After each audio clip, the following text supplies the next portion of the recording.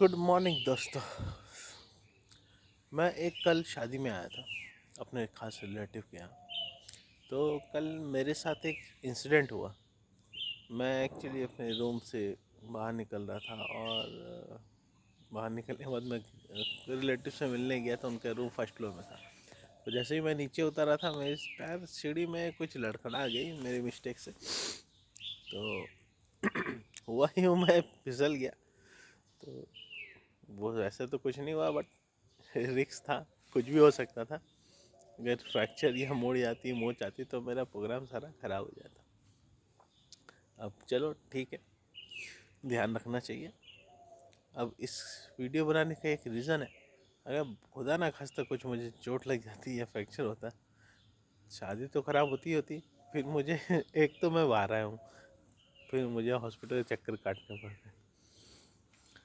इसलिए ये सब कभी कुछ ना हो, आदमी सेफ्टी सिक्योरिटी के लिए कुछ तो आदमी प्लान करता है। अब ये है थोड़े छोटे लोकेशन जो चाय बासा नाम से जाना जाता है, but it was a grand wedding and कोई बहुत बड़ी बिजनेसमैन की वेडिंग थी। तो वो अलग बात है। अब बात यह है कि अगर आप ऐसे कभी सिचुएशन में हो, बाई चांस मुझे या किसी को भी कहीं बाहर आए हो कुछ भी पर्पस से, और आपको चोट लग जाती है, फिर आप क्या करोगे? हॉस्पिटल तो आपको जाना ही पड़ेगा ना चाहते हुए भी। तो मकसद ये है कि आप आपको सब लोग को हेल्थ इंश्योरेंस आज के डेट में बहुत ज़रूरी है।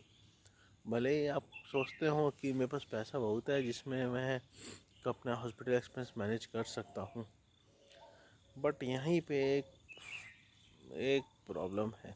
आपके पास भले सेविंग्स हो, लेकिन आपने हेल्थ इंश्योरेंस नहीं लिया, तो अब दिक्कत ये होगी कि आपके सेविंग्स के पैसे तो यूज़ होगी मतलब आपके हेल्थ रिकवरी के लिए, हॉस्पिटल बिल्स के लिए, मेडिसिन के लिए, बट आपका सेविंग सारे चले जाएंगे उसमें।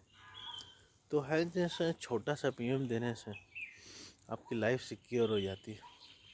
लोगों तो शेयर मार्केट में इक्विटी और ऑप्शन ट्रेडिंग के लिए थोड़े पैसे लगा के बड़े बड़े टर्नओवर करने की कोशिश करते हैं प्रॉफिट कमाने के लिए, तो उसमें भी प्रीमियम देते हैं।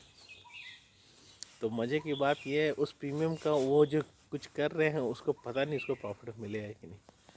हालांकि जितने एफ.एन.ओ ट्रेडर्स हैं जो फ्यूचर एंड ऑप्शन और डेली ट्रेड करते हैं, उनका तो 90% नुकसान होता ही होता है और ये प्रीमियम वापस भी नहीं आता है।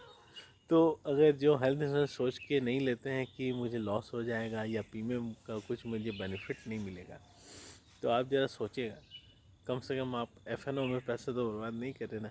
और अगर आप एफ.एन.ओ करते हैं और आपके पास हेल्थ इंश्योरेंस नहीं है, तो एफ.एन.ओ आप करिए या ना करिए, हेल्थ इंश्योरेंस ज़रूर चाहिए, क्योंकि ये आपका नहीं, आपके पूरे फैमिली का सिक्योरिटी मैटर करता है। और हर बार ये नहीं सोचा जाता कि मुझे प्रीमियम वापस मिलेगा नहीं मिलेगा, क्योंकि ये हेल्थ का मैटर है बॉस। अगर आपको कुछ हुआ ना तो आपकी फैमिली और आपका सेविंग सेविंग तो खैर जाएगी, फैमिली तो ठीक हो जाएगी, बट उसमें आपकी सेविंग सारी चली जाएगी, जो आपके फाइनेंशियल गोल के लिए अच्छा नहीं है। अब सबके लिए अलग अलग पॉलिसी बेनिफिट होते हैं, सबके रिक्वायरमेंट अपने होते हैं। तो जैसा भी रिक्वायरमेंट हो आप सर्च करिए और अपने लिए एक हेल्थ इंश्योरेंस लीजिए। और इसको गाइड करने के लिए मैं हूँ आपके साथ, राहुल अरोड़ा।